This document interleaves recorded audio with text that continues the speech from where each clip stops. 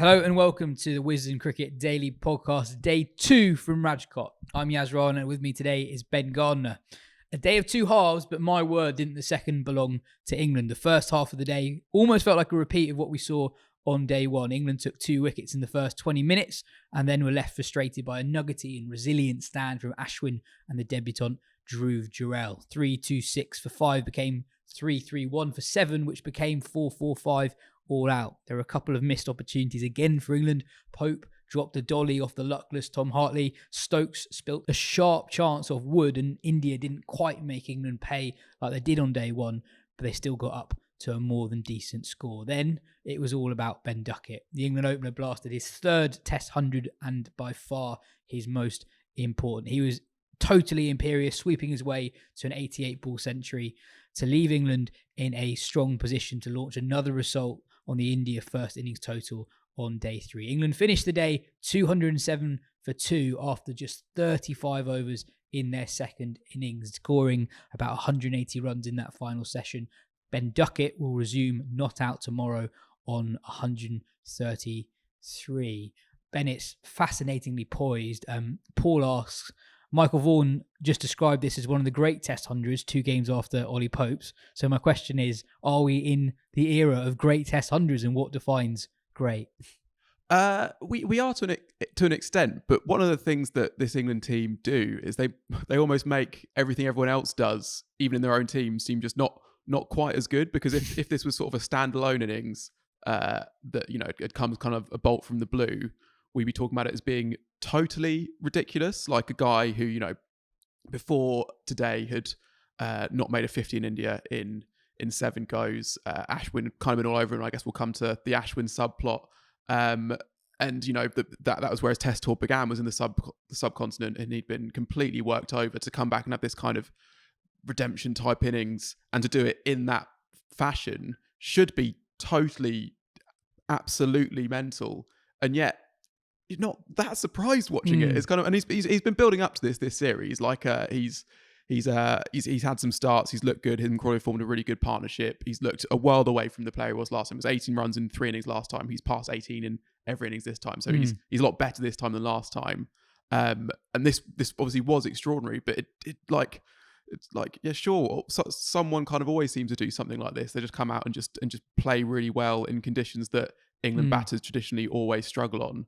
So to an extent, yeah, this is a great Test 100, and just because Pope played one that was also, I mean, at this point it was a little bit better a couple games ago, doesn't diminish this one, which is also a great Test 100. And to an extent, we're in the innings of great Test 100s. Crawley played one at Old Trafford in the Ashes, a few tests ago. Stokes got one at Lord's, two tests before that, and yet also everything they're all doing, they're also Best has got a couple of years before. Exactly, they're lifting each other up to an extent that you kind of have to be like, you have to remind yourself that what you're watching is properly astonishing, because it's not normal that players can do this. This is new, and it is freakish, even though they're making it seem routine in a way. 100%, and you can see how much even someone like Sunil Gavaskar is absolutely loving watching England do it. And it's not just about philosophy.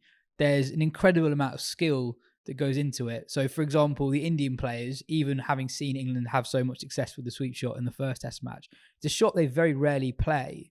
And Duckett, this Test match, this innings was fascinating to watch, because we've said a couple of times this series already, he'll be fuming that he's got out playing defensive shots. He's someone who's very aware of what his strengths and his weaknesses are. He knows his strength is attacking spin bowling, hitting the ball square of the wicket.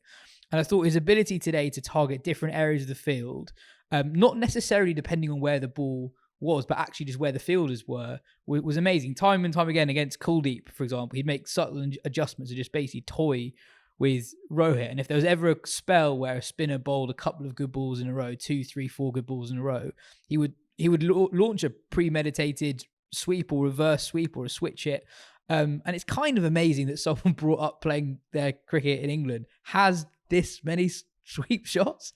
Yeah, I mean, I guess, it is a particular strength of his game, and it makes sense with his stature as well. But you're absolutely right to highlight the attacking decisions that this England team make, and it is a lot based on the field. It's knowing, based on, you can work out what the opposition is trying to do to you based on what the field is, but you also know if they get it a bit wrong, where your options are going to be, or even if they get it right, where you can knock it with a degree of safety, where if you get a top edge and it goes a bit loopy or full safe or whatever, and then you can also then go the other way. Like this is a traditional way of doing it in India. The fielders are in, so you come down the track, hit one over the top, take that risk. The field spreads, except England are kind of doing that before the field even gets a chance to set in, and before they can even think about bring the fielders back in. I think probably the most astonishing shot today, I think, in a crowded field was it was like a reverse. It was quite a switch. I'm not sure if he switched the hands or just the feet, but a slog sweep off Jadeja, who went for 6, and a ball before he'd had his glove ripped off, and if there'd been a forward short leg in there, he'd have been out. And this is the thing as well, right? By playing that shots, it means there are fewer people in and around the bat. And I know people were saying, "Oh, why can't you do what Stoke sometimes does and have like 2 or 3 catches, but also have men in the deep?" Well, what happens is periods that you had in the middle of that third session where he then just very casually and very calmly just knocks it around for singles, and he's going at run a ball without taking a risk. That's what happens if you leave that many gaps in the field. Yeah, and there's a bit of grumbling sometimes. So there are some people who look purely at a certain type of stat and think that England have been lucky because their false shots per dismissal, I think, has gone up under Stokes and McCullum. But that is also a virtue of the way that they play, because if you're attacking in such a way that the other team needs to worry about wicket preservation, they're going to have about run preservation. They're going to have fewer fielders in the positions that can get you out when you do happen to play a false shot, and that's what we saw today. We know that he hates leaving the ball, and I think he was quite lucky to get through the first 10 or so deliveries today. We wafted it quite a lot unsuccessfully, and there was a minor miracle he got through those first 10 balls. But generally speaking, despite him having a very unorthodox method against fast bowling, and it wasn't necessarily a major characteristic in his innings today, although there was a stat that showed that him and Crawley versus Bumrah average in excess of 75 this series, and the rest of the England lineup average less than 10 each against Bumrah. Duckett is actually very good at what openers are supposed to do, even though he doesn't do it in the same way, in that he actually gets through that new ball period time and time again. He's now had 27 innings back in the side as an opening batter. This is the 9th time he's reached 50, and there are quite a few scores between 30 and 50 in there. Between the two of us, we've interviewed Duckett quite a few times, so I thought it was worth just reflecting on his career more generally. In different ways, the Bazball era has had a transformative effect on each of the guys in the top 3 of the order. Crawley, McCullum even said himself 2 years ago that this is a guy who's never going to be consistent, and he's actually been very consistent over the last year. Ollie Pope is someone who, in and out of the side for a long time, didn't look that sure of himself, and now he's the vice captain, and his teammates are always effusive in their praise for him. But arguably the most transformative is Duckett. This guy at the start of the McCullum era wasn't anywhere close to the England side, really. He had decent numbers in county cricket, but they weren't amazing. He wasn't really being talked about as a potential England opener, maybe in the middle order. Well, he wasn't even opening, right? He was at number 3. Yeah, exactly. Yeah, I mean, it's obviously touched on the when he first came into the side, but there have been quite a lot of players who kind of you can look back and think, like, what if they had come into the side under this regime? And the success of Duckett only makes that feel more the case. Like you think about, I don't know, someone like a James Vince or any of the millions of openers that England tried James in that Vince time. is the one. Yeah, but and the fact that Duckett can and we need to pay some credit to him as well, but that he can look like he did in his first stint in the side and then go away and not exactly tear up trees, although he was up there with the most productive county batter in the country. It wasn't as if he was reeling off 1,500 run seasons at 65. He was the guy who was averaging the closest to 50 out of everyone, even though you wouldn't have, it wasn't as if he was like absolutely hammering the door down, and his case was unarguable. And there have been cases of players as well who have had that first stint, they go away and are good, but it feels tried and tested. But England looked at him and thought, no, actually, this guy's going to understand the way we want to play. We think he's got the technique, and also there's that partnership with Crawley, the left hand, right hand, the short tall thing that is just a nightmare to bowl to. But from his own point of view as well, I mean, it's like this environment empowers him, but you have to have the things within you to be drawn out, and it totally suits his own natural game of of not wanting to leave a ball at all, of just hitting everything, even if you're just kind of dabbing it to point for no run or whatever. And yeah, it's been quite a journey, and he's out averaging Crawley even when they're both opening together, isn't he? Even though Crawley is the one that we sort of focus on a little bit more and say, like, look at how he's transformed. Duckett is it's Saywag numbers, isn't it? Really? Yeah, I was literally going to say he's basically a left-handed Saywag in terms of output. So he averages 53, I think, since returning to the side at a strike rate of over 90. 300s in there, as I said, 6 other 50+ scores. And going back into, I think with Duckett, he's the one who, I think the other players like Crawley and Pope, they're players whose games suited this sort of approach, I think, and the sort of empowerment that England give players to play their natural games. I think Duckett's view of how cricket can be played is probably the one who's most in line. So I coincidentally interviewed Duckett at the start of 2022. So I think this was February 2022. At this point, he'd just spent a winter playing a bit of cricket in the BBL, bit of cricket in the PSL. And I think he pulled out of a competition, or maybe half of a competition, maybe the back end of the PSL. At this point, he's not played for England in years. And I also interviewed him around about this time last year, just after the tour of Pakistan, where he made his return to the side, successful return to the side. So the first quote I'm going to read out is from February 2022. And worth saying again, this is 5 years after he last played for England and before Stokes and McCullum had taken over. He said, "One thing I've always said over the last few years is that I don't want to put too much pressure on myself and red ball cricket. If I'm enjoying the game and not getting too frustrated when I get out and staying fairly level-headed, that's when I'm at my best in red ball cricket," which is obviously, England talk about that a lot. You put away whatever's happened in your previous innings, you put away the previous ball. If the ball misbehaves, you sort of ignore it. And then in 2023, this is what he said. So he was on the outside of the England team throughout the 2022 summer. As we said earlier, he was batting 3 for Notts fairly successfully. He's not opening the batting. Notts are in Div 2 and they're playing on a pretty spicy wicket at Trent Bridge. And he said, "Certainly last summer, I went back to even more like how I used to play. And that was purely because I was watching the Test boys. I didn't change the way I was playing because I wanted to get a call up. I think there was a period of a few years in red ball cricket where I was playing how you should play the game at the top of the order. You need to leave the ball well and bat for long periods of time.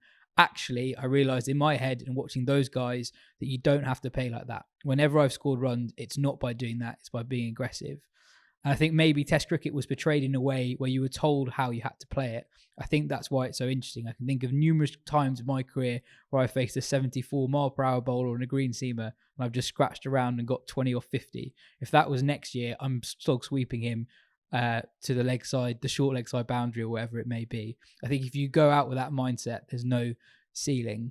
I think England have showed how far you can take the game in white ball cricket, and just because the balls are a different colour, it doesn't mean you can't do that in red ball cricket. I think there are certain times where you're going to have to respect the game, respect the conditions, respect good bowling, but it's actually amazing what you can do when you put your mind to go out and be positive. I just think the way he thinks about batting is just so in line with what, and maybe even more in line with what England are trying to do than anyone else. Yeah, and it's great for him to have this performance as his alone as well. Like, he's obviously got 2 Test 100s before, but that first one, everyone got 100 that day. It was an amazing innings, right? It was an amazing innings. First morning back in the side after 6 years. Yeah, he goes and does that, and yet England's like, what, 3rd or 4th fastest 100 of the innings? Yeah. And then his second 100 is, it's against Ireland, and Pope goes on to make a double. So again, that's not a day that's about Duckett. But this, the scorecard looks totally ridiculous at this point with him, 135 out, is it? And and England only just passed 200. And, we'll see what happens tomorrow. Maybe someone else comes in and does get another significant score. But today is Ben Duckett in a way that there hasn't been a day of Test cricket before, as much as he's been, an excellent part of the England team since he rejoined it. And, he's got, time on his side as well to put up a properly formidable record as a Test opener over quite a long period of time. That's it for part 1. In part 2, we'll talk about Ravi Ashwin, Dhruv Jurel, and about how we see tomorrow going.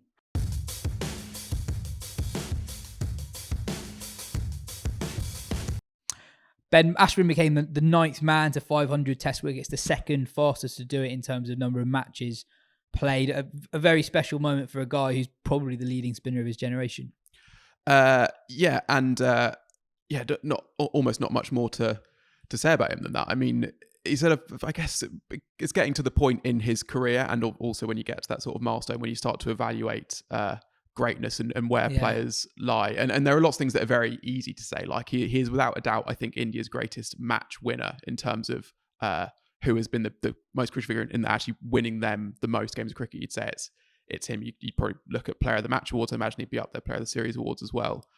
Just because he has turned them at home from a side who were always good at home and a challenge to go to like properly unbeatable for 12 years. That's what England are trying to do here. But before this series is 3 defeats in 12 years, which is ridiculous. And it's him and Jadeja that have been the biggest part of that. I mean, Jadeja makes his debut in the last game of the last series that they lose, and since then they haven't lost one. Obviously, there's if you want to get into it, there's the away from home question, and I suppose in a way this is just more from a fan's point of view than from anyone. He's not had enough chances, really, right? And especially in the last 5 years, he's actually done pretty well when he's played away from home. It's just they have generally opted not to include him. Yeah. Obviously, a great career, and someone. Yeah, he's been utterly crucial to their success, and a lot of people. At times in the UK, I think some people have lazily said, "Oh, but the pitches spin." Well, even when they do, he gets more out of them than opposition spinners do. And he gets really good players out. The way, for example, he sort of dominates Stokes. For example, it's one of the reasons why Stokes has been relatively quiet against India in recent times is because of Ashwin. And there was also a long stretch of time at home when the pitches were not at all ragging all the time. You'd get the very, very occasional game that India lost, and they might then respond by rolling out some pitches that turned more to kind of ensure they didn't lose the series. But actually, and this was when India had their sort of greatest era as a test side overall, when you had Kohli and Pujara and Rahane and Rohit all just making hundreds, and their paces were also lethal at home. But you'd have like flat tracks where India would go and rack up 550, and then Ashwin would still be unplayable and rolling sides out for 250 because he was just that good. And he's like, I guess it's a testament to his ability to adapt and learn and sort of improve as well. And you see that in white ball cricket as well, where he sort of fought his way back into contention in various formats at times. And the fact that it's not quite the Shane Warne sort of I guess the difference with Shane Warne is you felt like there was a bit of gamesmanship whenever he'd there definitely was some gamesmanship when he would unveil a new delivery at the start of each series. With Ashwin, the feeling is just that he's a proper bowling nerd, basically, that he is just like sitting there like was it between tests this series where he was watching, it wasn't even the Tamil Nadu Premier League, I think it was something even a bit more niche than that, and just seeing some guy with a funny run up and highlighting that. And it's the fact that this guy's totally obsessed. If he's not playing cricket, he's watching it and watching whatever cricket he can find anywhere. And if he's not doing that, he's recording some sort of video where he's talking to someone about cricket. And if he's not doing that, he's probably thinking about it and thinking like, how can I change the position my fingers are on the ball, or what's a new variation I can bowl and all that kind of thing. Like that is a key part of it as well, is that he is like he's like almost like a professor of spin bowling in some ways. He's the most mysterious off spinner in the post Dusra era, I think. Yeah. And very few off spinners have been able to maintain a degree of mystery and have that many variations since the Dusra sort of was phased out, I guess, about 10 years ago. On Ashwin, we've got to talk about how weird it was that he didn't bowl early. Duckett was on 55 before he was brought into bowl. England were on 77 for naught. And you're looking at, you made the fair point that England also go very quickly, so there weren't that many overs, right? Sure. But Duckett has really struggled against Ashwin. I know in 2016, but also this series, he's been out defending to Ashwin at least twice in the first two test matches, maybe even 3 times. So I thought it was very, very strange to not bring on Ashwin until that point. Yeah. And yeah, I guess if we should do a quick mitigation, I suppose, for Rohit Sharma, England seamers had success with the new ball. So maybe there's justification there for going with Siraj and Bumrah. Siraj is fresh, having missed the last game. Bumrah's Bumrah. And if you're picking Siraj, not giving the new ball, kind of what are you doing? So maybe you can just about understand that. And if they have a wood-like effect on the first day, in the first morning, then it pays off. But then I guess it's the decision. And there were loads of plays and misses as well, right? Like they very, very nearly got an early breakthrough. Yeah. And then is there an argument that Crawley was the one who was looking a bit more suspect? So you bring on Kuldeep to him possibly, but even then, I'm not sure that quite holds up. It just was weird, and even though it was only the 12th over he comes onto bowl, not in a normal testings, that's quite early to bring in your spinner. But I think that speaks to like how I think teams probably need to adapt, and India need to adapt a little bit more when England go on these roles. So it didn't really happen in the second Test match as much, but we were saying earlier how quickly the game and sessions change. When England go on these sort of, they almost press a turbocharge button. So there are periods where they basically score 30 runs in a 15-minute section. You know, there's a point where Duckett was looking at, he's maybe got a 20, and you're like, he's looking okay here. Then he hits Kuldeep for 2 fours in the leg side. Next over, Siraj comes on, drills him down the ground for 4, cuts him for 4. Next over, Kuldeep, there's another 4. And then suddenly, right, Duckett's just scored 20 runs off 8 balls here. And it just feels very, very different. And you know, you look at it on paper and you go, oh, you're giving a guy a 4th over in a spell to get him into it. But equally, in terms of how the game is progressing, you probably need to try more things. You almost need to forget how many overs are going and reacting to how quickly the scoreboard's moving to sort of test different things out. And I think you're about to say it, but then this is part of the effect of what England do. And then actually, if you evaluate the day as a whole and you evaluate the match position, I guess in last night when you were talking to Phil, you'd probably said that India ahead, but not at all out of sight, and England done all right to keep them in touch. And then today, I would still say India have their noses in front. I mean, 200 for 2, going up to 450. But England need to almost do kind of as well as they did today to get properly ahead in the game, and they batted extraordinarily well today. So if you're saying that you need another extraordinary performance to do that, that is, you know, that means that can't mean you're ahead in the game. But it's just because of the feeling of how they do it. And as you said, what Cook said was that, you know, England in that last session today was 170 runs for 2 wickets at 6 and over. And if they do that again tomorrow morning, then all of a sudden they're, you know, within 70 runs, 4 wickets down, and then you really are. So it's the fact that it just changes. It feels like it changes more quickly than it does change, but it still does change very quickly enough that you almost need to panic a bit, but not too much. And it is just a really, really tough thing to do as a captain. I do think though that Rohit probably allowed today, for example, Pope to bat in the slipstream of Duckett a little bit too easily. I know Pope played 2 absolutely extraordinary shots. One sort of came down the ground to Kuldeep and whipped him over mid-wicket for 6. That was one. And then what was the other one? The reverse, the scoop sweep. I think it was off Jadeja. 2 amazing shots, but I didn't really think that Pope had found, like, you know, the sort of rhythm he got into at Hyderabad, for example. And then you sort of look up and suddenly these 2 put on 90, and it felt that those 2 shots aside, Pope wasn't really hadn't really properly found his stride yet, but the field was almost the field that Duckett should have for Pope as well. And there were too many easy singles. You know, you should, I think in that situation, probably doing absolutely everything to make sure you're bowling as many balls as possible to Pope and make life, even if Duckett's finding life quite easy, make life for the other guy as hard as possible. And I haven't actually looked at Pope's record against off spinners and left arm spinners, but it felt like the off Ashwin came on belatedly as the off spinner. And also worth saying on that point, he'd had Duckett in like a little bit of trouble straight away, but Duckett, you know, had his eyes, was able to get through it. Who knows what happens if that's a bit sooner, and then gets Crawley in his next over. But you've got the off spinner on to the left-hander because you're thinking, I've got a chance against him here, and this is the guy we really need to get out. And the other way to look at it is to like, okay, Duckett's just going here, so let's just mitigate the damage we take off him and really target the guy at the other end, which would be bringing on the left arm spinner Jadeja, who still took a while to come into the attack after Pope came in, I guess. I mean, just on Duckett in terms of how good he was against everyone today. So against Jadeja, 16 off 11. Okay. Against Ashwin, 28 off 27. Kuldeep, 29 off 16. Bumrah, 21 off 22. And Siraj, 39 off 42. So basically run a ball against everyone. He was doing all right. Ashwin had an important day with the bat as well. Those runs he put on with Dhruv Jurel in the first session and a bit in the second session as well could still be really important come the end of the game, because it looked, you know, England get those 2 early wickets and you think, could England restrict them to 350 all out? And in the end, they basically put on another 100 runs from there.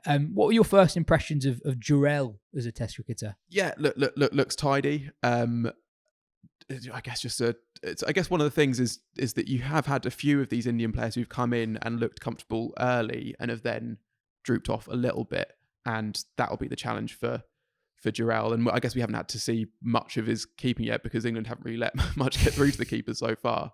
But that will almost be the bigger test in a way. I mean, you have to.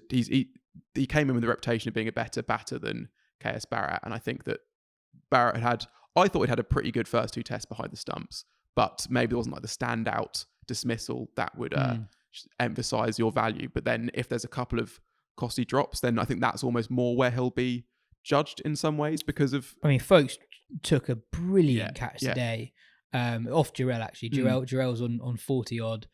Really thick deflection, and Kartik was on commentary for it and really explained well that Folks' starting position where he's got his left glove sort of in line with the bat, sort of give him as wide an area as possible to take an outside edge. That and also how soft his hands are basically make it possible for him to take a catch like that. But yeah, I thought it was quite a harsh decision, and sort of the sort of decision I don't think, not saying it's better, but I don't think it's the sort of decision England would make, dropping someone like Barrett after having kept like that and actually batted all right in the first test. But you know, Jurel looked good today and made crucial runs. Ross asks the important question: was the opening partnership 84 or 89? Yeah, it was 84. We checked this, and the 5 runs don't count as part of the partnership. They get added on before the start of the innings. Funny little passage this, which began actually the previous night when Jadeja had run down the wicket. Both times, I think, I don't know if this was part of the confusion or not, but both times I think they got sent back. So Jadeja comes down and then goes back, and then the umpires warn him for running on the protected area. Ashwin does the same, but even if you don't get the single, you're still not allowed to go there. And it's in the rules that if you do that and it's avoidable, it's 5 penalty runs. And quite controversially, I guess, Alistair Cook on TNT Sports today said that he thinks that what Ashwin and Jadeja did was deliberate. And he was saying that from the perspective of someone who said that his Essex side that he's just retired from, he's really thrown them under the bus today. Yeah. He says that they do that a little bit. Yeah, it's something. And Steve Finn said the same. He said that is something you talk about as a team, of like trying to get away with it as much as possible. I don't know. I think maybe teams try and do it on the edges, but one step down, is that going to make that much of a difference? You know? Yeah, I don't know. I guess maybe you're trying, because so what Finn also said is that he would try and be like right on the edge, because he knew when he bowled, he wouldn't land in the protected area. And then when he walked back, he would walk back right through his footmarks. So you're getting another step on those footmarks. But again, you're not in the protected area. So if you're trying to run just to the left of that protected area, but still on what might be quite a useful bit of ground to have a bit rougher, and you get that a bit wrong perhaps. And also, you're not quite thinking about it as much because they were sent back both times. So they were also thinking about, where's the ball? Is this run on? What's my partner saying? Oh wait, I'm actually in the middle when I want to be just off to the left. If your first thought is get way off the pitch and then go for a single, you don't get there, or you don't get into that area. And if you're not that worried, or maybe even wanting a little bit to not get right off the pitch, then you're more likely to go into the area. So I think there's avoidable is fair. Who knows how deliberately they meant it or not? And Cook delivered it nicely in a way where he could say something that someone else saying it could seem quite inflammatory, but because he was all saying like, this is kind of just what happens, and just explaining an aspect of the game that people won't be that aware of watching, I think. He wasn't accusing India of doing something underhand that teams don't do. He was just saying this is just something that he thinks everyone, or at least his side in the county championship do. How do you see this game poised? There was a fascinating stat they put up on the broadcast at one point today, which showed that out of the 4 times England have conceded, basically the 4 times England conceded the most runs under Stokes, they've ended up winning the test match. And this would be number 3 out of 5 on the list of most runs conceded in the first innings by England. Well, yeah, I mean, because we're sat here in its first innings, we've been talking about it, and like, you know, saying like, oh, hasn't this been great? Isn't this interesting? And like, the first innings sometimes doesn't seem to matter with England. You know? Like there was also, I found a stat before the last game that I think it was six times in tests under Stokes McCullum, there have been first innings leads of 100 or more. 3 times England had conceded that, 3 times they'd gained that lead, and they had the exact same win percentage whether they'd conceded a lead of 100 or got a lead of 100. So it is finely poised. India just ahead, partly because of the toss. England need to get up to 500 really to be marginal favourites, I'd say. Yeah, if England 445 all out, you'd say India are favourites just on that. And I think you're right to say right at the start that England is 238 runs behind. That's a lot of runs. We've not seen many runs from Root this series. Bairstow and Stokes haven't got a seriously significant score. They've been good signs, sure, but you think that one of those three needs to go on and get a really big one tomorrow. For England to even get up to 450, still a very, very long way to go. Yeah, it's just a terrific game of cricket. And if you think back to the Ashes, a fun thing to try and do is to rank which was the best test from first last, and it's hard to do. They were all so comparable in quality, and it's similar in this series. 100%. I mean, it's because if you just think about all the stuff that's happened in this game already, 30 for 3 to 300 for 4 to 330 for 7 to 450, and now England with Duckett playing what we've said is one of the great innings, and that's only 2 days in, and we have who knows what could happen. England could collapse, and then it becomes a maybe not as exciting a game, but I would back it to continue being exciting because England don't quite know when they're beaten sometimes, I think. And also, even the periods, obviously, when England are going at sevens, that's quite fun to watch. But I found even the periods when, Jarrell and Ashwin are going quite slowly, it's really absorbing because how pivotal each extra 20 runs they eke could be. But equally, because it's in contrast to what England are trying to do, what you're seeing is different. The test match is not played on at one mode throughout. It's an undulating viewing experience. And I think it's a really rich viewing experience actually, and quite similar to the Ashes series in that regard. For me, I think I agree that India are still marginally on top, but tomorrow's first session, obviously the first hour is always important, but at the end of the day today, I thought Siraj and Bumrah looked absolutely knackered, and they hadn't bowled that many overs. So, India have only bowled 35 overs in the England first innings so far. Siraj has bowled 10 of them. Bumrah's bowled 8. And I looked at the forecast and temperatures in Rajkot. It is much, much hotter in sessions 2 and 3. So tomorrow it starts at about 22, 23 degrees at the start of the play. By the start of the second session, it's already up into 31, 32. And then by the start of the third session, 35, 36. So if you can get Bumrah and Siraj to be bowling spells 3 and 4 of the day, I think that makes such a difference because as well as the two of them bowl today, and, Siraj gets that wicket of Pope out of nowhere, really clever bit of bowling actually, 4 or 5 consecutive short deliveries and then one slightly fuller that really swings in to clip the top of leg stump. They're going to be so important tomorrow, and if England can sort of get through their first couple of spells, I think batting will be just that little bit less hectic against them later in the day. Also worth saying that there's a huge moment at the last over of the day.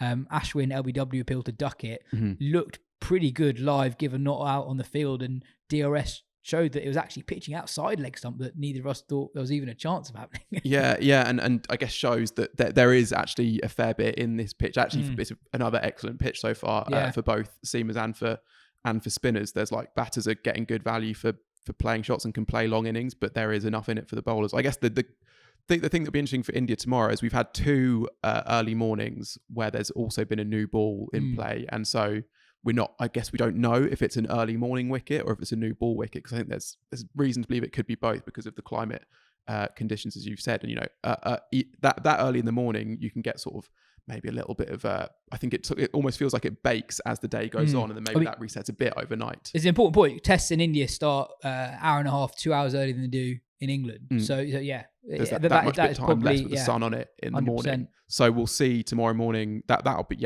is how Bumrah and Siraj go then, because the thing is that if it is a new ball pitch, by the time the second new ball comes along with the rate England are going at, they are going to be a long way ahead of where India were at the same stage, and so that's another factor that will be at play, I guess. 100%. To finish off, Jeremy says, hello, loving the Test Match Daily pods. Keep up the good work.